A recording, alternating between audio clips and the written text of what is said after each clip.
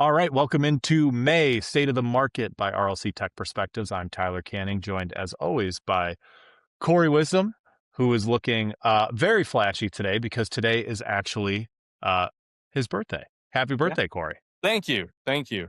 They get I brought something. uneventful when you get this old, and so I figured I'd spice it up and wear my disco ball tracksuit here. I brought something for you. Hold on. Uh Hold on. I just found these in my drawer. Happy birthday. Oh, one didn't even light. There you go. Happy oh. birthday, Corey. It pilot is the fire alarms go off and you have to evacuate the building. Well, to be honest, I don't know what my plan was here because it feels a little Yeah, wrong blowing out your birthday candles, but you got to blow it out. Make a wish. Doesn't that I can made a it wish count? for you. I guess I'll set Wow. these. Just keep an eye on those while we record. Yeah. Make sure there's no But Smokey the Bear. welcome in everybody. I think today's going to be a bit longer than our previous episodes. We got a lot to cover, so with that, I think we just jump right into it, Corey. Yeah. Let's kick it off with number one. What are you seeing? Yeah, so the first item I had for state of the market was carrying bad vendor experiences forward or bringing the baggage of your ex into the new relationship. This is just something that we've actually seen quite a bit here recently, where it's clear in RFPs or it's clear in client engagements that their primary concern is what they experienced negatively with the previous provider. And I feel like in many cases, being too focused on that is you're not even able to understand the capabilities or the new approach that a new provider would bring to the table. You're only looking through that lens, and so whether it's an RFP that you're tailoring or even looking at other vendors, I'm not saying don't ask questions. I'm not saying don't challenge them. Don't see how they would address some of the issues that you've done, but don't make the entire experience around not repeating the sins of the past and making sure that those are there, because I feel like you're really going to leave some things in the table in terms of new ways of thinking, new ways of addressing challenges, and giving that new vendor the benefit of the doubt. Not bringing forward all that baggage. Yeah, where do you? I guess Um, oftentimes when we record these state of the markets, I found we go very quickly into the psychological side of things. So I'm going to try and save that for the end of this Okay. topic. But I guess where do you see that show up the most? Is it just not a lack of trust from the beginning? So not allowing us to really, I guess, giving too simple of, I don't want to say tasks, too simple of projects, too small of projects, not allowing you know complete control over the projects that you need executed. I guess where do you see that the most? There's a couple of different examples that have happened here over the last month, which client conversations about us taking on additional scope or services that we're not doing today, that you can tell they're coming from a lens of, well, are you going to do this, and this? Like, you're not going to handle this way. Like, it's just very much leading with the challenges they're currently facing. But the biggest issue is really around some RFPs that we've seen written, and they are clearly tailored in addressing some shortcomings. And it's surprising for me to be on. I've been on both sides of this, right? I've been on writing the RFPs and getting the services, and I've been on the services side. And doing it that way just limits the scope and limits the opportunity for you to, not bring that forward and just focus on the way that this new partnership would handle it, right? Or opening up new ideas, new ways of thinking, rather than just focusing and kind of fixating and being so focused on those past injustices. Do you often find when talking with potential customers that they'll acknowledge that they're like, listen, here's what we've been burned on, and this is, and do they outright say it, or is it you get a Yes. sense where in your conversations with them you're like, oh, I have a feeling that you've been hurt before, you Yeah, know? yeah, absolutely. I mean, we were just, the call that I was just on that made me a little late for this recording with the customer was a similar thing of, they said, well, hey, I've been burned in this way and I've had this experience. How are you guys going to address that? And I think that's a healthy exchange. I think that's a good question. You Mhm. should take and be informed by your experiences. I think we all are. But making that about how you're actually writing an RFP, or that about how you're coming into a conversation with a new vendor, I would always take the approach of, how do you guys handle this? What are you doing that's different? Where are you winning with other customers?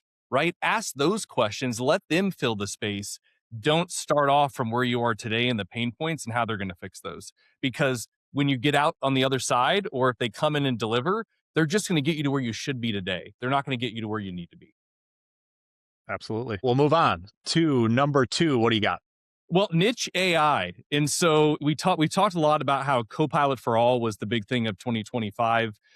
Now I feel like it's okay, Copilot for everyone or large scale LLM adoption, ChatGPT for all, Copilot for all, whatever it may have been. That didn't really sink in.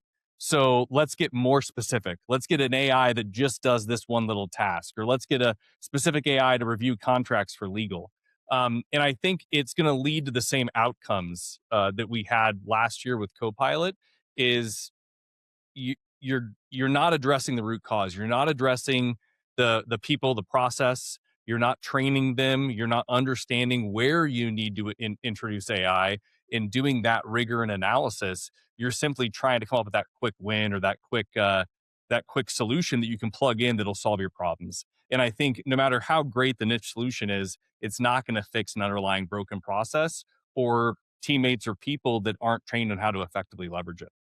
Yeah. I mean, I think, there are a few terms within IT, and I think we're going to touch on a bunch of them today, that I think just kind of get old after a while, but the mantra stays the same. And just a few of them off the top of my head are people, process, and technology. Yeah. Um, the other one I'm just thinking right now is tool sprawl, which I know is not as old as that one, but it's so funny to me that tool sprawl is such a big issue and organizations preach it so much. And now all of a sudden there's just a little bit more of excitement around AI, and you're like, people, you're running into the Yep. same issue. It's the It's same AI thing sprawl, again. Yep. you know? So Getting this agent. And oftentimes, I mean, we're seeing a lot of that with Nextthink and some of the stuff we're doing there of identifying AI usage that isn't even they weren't even aware of, right? yeah, And that's I was my wife for my birthday, I don't think she knew what to get me, but she got me a Plod. It's like Claude with a P, but it's a Claude. little credit card size note taker that does recording on Every your time you say it's your birthday, I'm gonna light a yeah, candle. your so this yeah, if you're following along, this can be a drinking game. But the plot I had heard about it for the first time this weekend when we were at a dinner, and one of the guys was talking about how someone on his team was leveraging this, and he reached out to say, "Hey, can I expense this?" Because he was using it to record meetings. And Can you I explain what that is? yeah. Oh, it's a little credit card sized device that does recording and audio recording. You can record phone calls, record meetings, record interactions, and then it uses AI to summarize those notes. So I haven't opened it yet. I still want to understand, what they're using in the back end, how they store it, how my data is Yeah. being handled. But it's interesting. But to me, it was an example of another niche AI that's out there that this guy, had approached his leader and said, "Hey, can I expense this because I'm using it to record meetings?" And would you even know if your teams were using this and uploading the entire audio into an LLM? I don't know. I don't think so. That who makes that? The company's called Plod? Plod, yeah, Okay. Plaud, Yeah, that's interesting. made I in mean, I China, guess designed by Plod. wow, that's a pretty Yeah, cool little tool there. we'll see. I mean, We'll yeah, I see. get what you mean though. I guess it's there are tons of AI, tracker. We use a couple of them, right? That just kind of transcribe and take notes on your meeting, and they're very helpful. But the big thing is, that they're taking notes, Yeah, and they that they're, disclosed that you still see yeah, that they've joined the meeting, but I just thought it was a great example of that's what we're seeing is that AI agent sprawl or AI sprawl where you don't even realize how it's being leveraged in your environment. And I'm mhm, still shocked by customers that say, "Oh yeah, we're not using any AI." yeah, Well, you may it's not being have used. anything that you've approved or sanctioned, but it's being used. Yeah, I mean, it makes me think back to our conversation with Travis, which may or may not be released when this episode's out. If it's not released, it's coming soon. Um, but when he was talking about having to take an active stance, because we asked him how it is navigating the hype around AI while, you got to do it the right way. And he's like, well, listen, you have to take an active stance because if I sit here passively, everyone's just going to go off on their own and go get it anyways. Yep. So, and I mean, yeah, you see it all over. I mean, obviously, in our organization, it happens all the time. People go out and pay for these niche tools that they use for, one daily task. Yeah. So it's all over the place, definitely. Yep. You got to be able to control it, and like he said, be active. Don't Yeah, let that. Don't sit back and expect nothing to happen because it will. You just won't be in control of it. yeah. Um, all right, let's go to number three. Number three is consistency over time, or if you want to talk about the challenge side of it, it's really, again, chasing that quick win or chasing that quick solution. I think it can lead to some of the sprawl we've talked about, whether that's tool sprawl or AI sprawl, is we're all looking for that quick single serving thing that is going to solve our challenge. And I've talked about not looking at things holistically before, but this is something that really came from our team where we were talking about the customers that we work with that we've done the most for, that they're so happy with the experience at RL Canning and what we've delivered for them. They're the ones that we've had consistency over time, where we've continued to be engaged. We've understood their business. We've made incremental changes, allowed them to fully adopt and embrace it. And we look up in 2 years, 3 years, and we're going, oh my gosh, can you imagine that we would have been here in terms of automation or integration potential of something like ServiceNow? And that's not even where we started. We started with an initial focus, but because of that consistency, because of that continuous engagement and continual service improvement that we do, we've put them in such a better place. And so I think that it's such a tough thing, especially in the AI age and this, immediacy of TikTok and everything else we do, but really trying to work in partnership with your vendors and show consistency over time. I think that's a big important lesson that we're seeing right now. Well, I think maybe even tying this back to kind of leaving the baggage at the door. Has there been examples of customers that came in with some baggage, and over time we gained their trust to the point where, like you said, we've just both grown in terms of our partnership? Yeah, absolutely. I think that we always land and expand, and that's why we want to get into some of these organizations, because we know once we do, we're going to show value and be able to kind of snowball it from there. But the one that I always love is ServiceNow, because many folks that we talk to, they see ServiceNow and they go, "Oh, it's going to be expensive to customize it or unlock it, or I'm going to have to spend a lot of professional services to get it like what I want." Well, that's not the case with our hosted solution, so we usually have to combat that, but they come in skeptical, right? They come in saying, we don't want to spend a bunch. We don't want to, we know it can be expensive. And what we often recommend is, let's get you guys a dedicated development team, right? Let's give you some dedicated developers. We will staff them because they can join your team meetings, but they can also join our agile stand ups and get access to our entire architecture and senior engineering teams to be able to bounce ideas off of. So it's really the best of both worlds. And in those examples with customers that oftentimes say, I don't need any development. Once we get into ServiceNow, it's going to be set it and forget it. We're just going to use it as a ticketing system. I hear that all the time, and when we get in, there's so many things that they can think of. Their end users think of ideas and submit them and request them, but the IT teammates that we usually work with and engage with, they want a lot to be done on the platform. And so, usually by putting in those dedicated or even fractional developers that are dedicated to their environment, that gets them the best of both worlds, where they can embed, they can understand their business, and they can make intelligent recommendations and advise on the best way to achieve an outcome for them. And so those are the Yep. customers that, again, we look up 2 or 3 years later and we're going, "Oh my gosh, yeah, we've done that, we've done that, we've done that. We've integrated this and made this experience better." That's the power of ServiceNow and a trusted advisor that you can partner with, is you can incrementally transform your business a little bit at a time. Yeah, I mean, I think, and I guess I hear this a lot, especially when it comes to our clients in service now, of the hesitation between bringing on, we'll just say our developers, right? But I think the reality is, and through conversations with our customers as well as honestly attending ServiceNow Knowledge from last year, is I think a lot of organizations bring on a ServiceNow developer that only knows their instance of ServiceNow. And I don't think people pay attention to the positive of bringing in, I'll just again say, our developer who has experience in many ServiceNow instances. And there are so many common pitfalls that organizations fall through when it comes to their ServiceNow instance, that that shared knowledge, that person working in multiple environments brings such just a much bigger benefit than just being dedicated to your instance. Is that fair to say?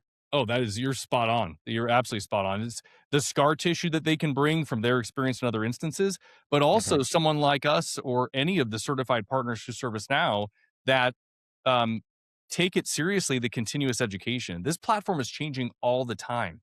They're rolling in, we just found out the other week that they're rolling in some new Now Assist and AI features into standard licensing models, right? They're going to be getting further into that with the capabilities with knowledge coming up here shortly. And so that type of stuff, staying on top of that is a full-time job. And that's why going to a partner that is up to speed on all that functionality and takes it seriously can add tremendous value. Because we constantly see customers that we're doing assessments on that their team maybe was certified or they have a few certifications or trainings, but they're making huge millions of dollars of investments in this platform, but they're not doing everything, in phase 2 to unlock the full potential in terms of training, hiring the right resources, sending them the knowledge, committing to the ecosystem and staying on top of it. Yeah, I mean, staying on top of it itself is a full-time job, and I have to say, I have briefly met with Stephen Payer, who is our ServiceNow practice leader. It is so confusing. I think managing a team of ServiceNow developers to stay on top of this could be a full-time job. I mean, Oh yeah. it's pretty crazy. Yep. Just even the agile and development test, UAT, everything for the changes we do. It's a lot. Yeah. Um, all right. Well, before we close it out, I did want to mention that one of the topics from our last state of the market was the IT dealership model. And about 4 days after we recorded that, CIO.com released an article. I mean, you know what? We should edit it into the screen right now. You'll be seeing it, Yeah. the actual name of the article. Basically validating every point that we were talking about from a different angle. I Yeah. mean, I think the main theme I took from that article was just that, a lot of vendors really their job is to maintain the relationship and keep the engagement profitable. And I'm like, Yep. oh my God, Court, we were just talking about this. Yep. Yep. That was I they gotta be listening to our podcast. I think that's Yeah. the answer. But it was pretty cool to see because it's just validating of what we're seeing and in what we're saying in terms of the marketplace. I don't have the whole thing written down, but you've selected the right vendor. Now govern them and hold them accountable, or govern them uh, with intent or something to that effect. But it's on CIO.com, and it's really about how we spend so much time on the upfront side of selecting a vendor, RFP, procurement, huge buying committee that's going to come in and review them. But then once we get into contract, whoop, everybody goes off and does their day job, right? And Hmm. we quickly forget about KPIs, tracking their performance, holding them accountable to the details that we argued and fought for in that contract and during that initial buying phase. And so there was a lot of good insight to it. I'd recommend, if we can link it, you guys go out and read it. But it highlighted the real cost of waiting and not holding your folks accountable, and this idea of trust but verify. And I'm always surprised at customers that have a service desk provider or somebody that we're coming in to try to replace, and simple things like they don't give them access to their own reporting, right? Or they can't go in and verify ticket details, or they don't share real time dashboards with them on SLA performance, right? Those to me are all red flags. That's Yeah, something that, hey, wait a second, I'm paying you to provide a service. I need clarity on your performance and that you're doing what you say here. And so you need to have a trust but verify model when it comes to these vendors, especially if you've committed to a large outsourcing like that. So absolutely. great article It's and validation, right? it just shouldn't be a pain to work with a partner. Yep, So exactly. that's the moral of the story. Um, all right. Well, once again, happy birthday to you, Corey. Yep, That thank was you. May's State of the Market. Thank you guys. Awesome.